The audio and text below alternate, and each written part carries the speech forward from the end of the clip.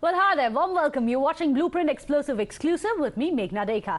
Lots lined up for you in this bulletin, but first up, let's tell you how a day after the opposition unity meeting in Karnataka, there was complete chaos in the State Assembly today. In fact, you can see those visuals for yourself. The BJP and the JDS staged a protest in the Assembly today against the Congress government over the alleged misuse of government machinery during the mega opposition meeting.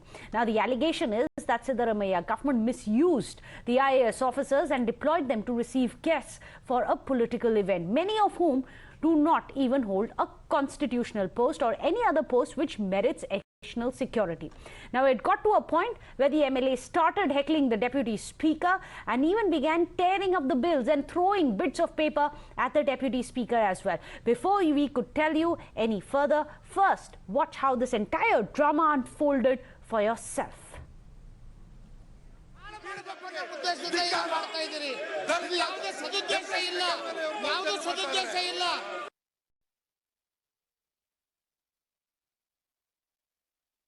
What to read like it?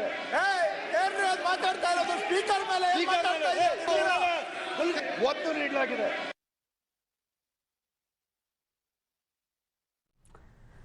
So despite the repeated appeals coming in from the deputy speaker, they refused to fall in line. The MLAs there rushing into the well of the house, even throwing bits of paper and bill at the deputy speaker.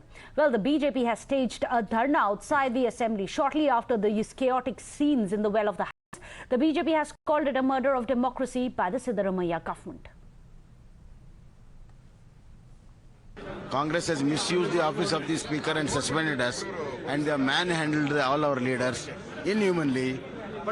This shows that there is no democratic government. It's a dictator government, Taliban government in the state. They are going to protest, and I will go take this to the people. So they're saying you disrespected the speaker by tearing the bills and throwing it at him. See, the very Congress government in the previous sessions had torn the papers. They have break open the door. They have removed the mic of the speaker, but we never suspended them. We allowed them to still to talk. It's a democratic way. Speaker and the government, both of them have misused their power. It's a black day. The mistake was on the government side. They have abused, they have misused the power. Instead of punishing the government, they have punished the opposition party members. Really, it's a dark day. It's a black day in the history of the legislature. It is unfortunate that the speaker has decided to suspend the MLAs of the Bharatiya Janata Party for having vociferously put forth their views and raising issues of public importance. It shows that the Congress party does not want to hear any voice of dissent, When the protest was both happening inside the house as well as outside the house. I am not justifying all the acts that were taken, that took place in the floor of the house, but the act of suspending the legislators is draconian. Well, let me go across to Imran, who's joining us. Imran, it was absolute mayhem. BJP is calling it a death of democracy, but you must give us a blow-by-blow account about what really happened in the well of the house, because we need to figure out whether it is death of democracy because of the misuse of the infrastructure of the IAS officers being deputed in that manner, or is it actually a death of democracy because of the way that the chair, a constitutional post there, was being treated. You can see the visuals there on the left-hand side of your screens, papers being thrown at the chair in that manner. Is that acceptable in a democracy? Questions need to be answered by both sides of this political divide. Let me put those questions across to Imran first. Imran, tell us about the action.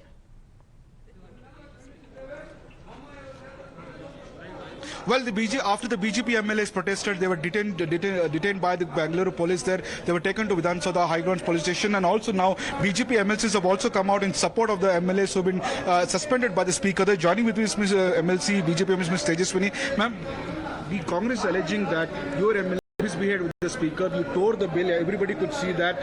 Why would not action should not be taken against them? That's altogether a different issue, and it's a cooked up story, first of all. From last 2 days you are witnessing, here is some national political development is going on. It's a totally private program.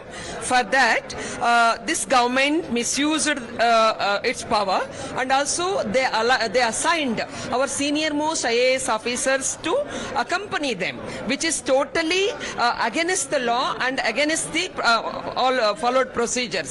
So they cannot do that. It is going to be a precedent for next days to come in. You're totally justified in asking that question to the government, but the behavior of the MLAs, so the Congress party is saying you disrespected the speaker by tearing the bills and throwing at him. They say even going to the extent saying that he was a Dalit speaker. You see, all actions of MLAs won't happen based on who is sitting on the chair. First of all, we have also seen a person like Kageri, a senior most politician, and also elected as the speaker earlier from when our government was there. He never visited. Even the Honorable Prime Minister of this country visited, even though he was our former colleague, he never visited. But here, the Honorable Speaker not only visited the Congress President and had the dinner and violating all the proceedings. You know, this is totally violated. It is on the record. You're upping the ante tomorrow. You're meeting the governor. That I don't know. My party leadership will take up that issue. But you know, the way they were treating the elected MLAs. Political war of words continues. We'll just come back to you, Imran. In fact, let's also tell our viewers how the former Karnataka Chief Minister H.D. Kumaraswamy has also extended his support to the BJP. He says he'll join the BJP delegation to meet the governor tomorrow.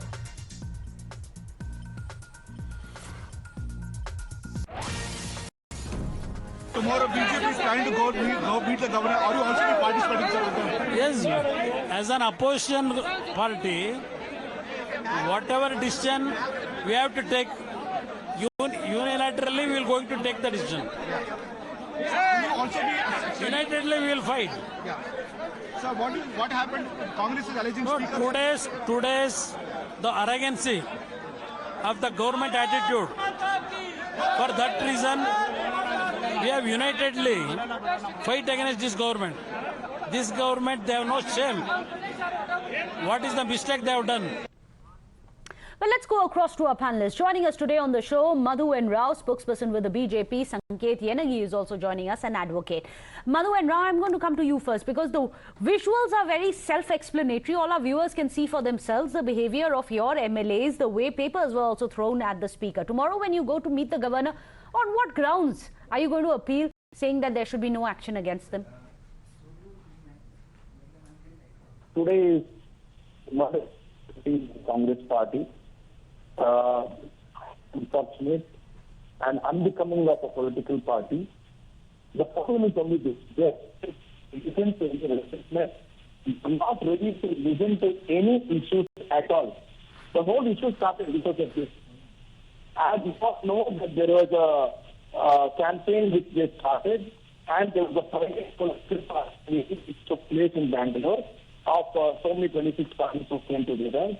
It was highly unbecoming of a constitutionally elected government.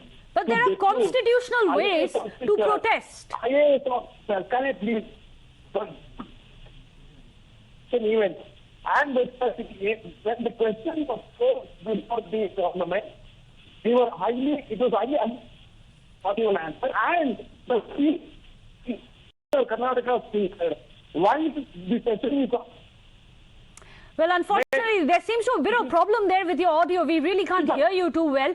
Let me go across to Sanket Yenagi till then. Sanket Yenagi, can you tell us what the law says? Because in the past, it's not just these BJP MLAs. Congress MLAs also have behaved in similar manner. But last time around when that happened in the assembly, there was no action taken against them. BJP is now saying, why not show parity in this instance? Firstly, let us understand. A MLA having been elected as the Speaker of the Assembly, he ceases to be the member of any political party, whether it's a Congress or a BJP. The moment he becomes the Speaker, he do not represent any party's voice. Rather, he is like an umpire or the custodian of the dignity and decorum of the House. Absolutely. He is like a judge. And if there is some unruly behavior being noticed in the assembly, he has every right to maintain the dignity and decorum, for which reason he may even take some action which are disciplinary in nature.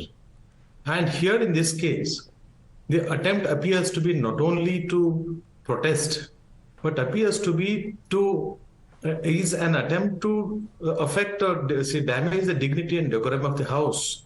And also attempt is to directly on the speaker or the deputy speaker who was present.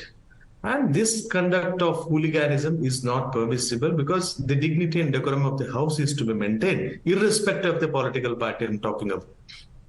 Whether it is from the Congress or from the BJP, such behaviors are not acceptable in a civil That kind of a behavior is absolutely unacceptable. However, can the BJP now convince the governor that there should be no action?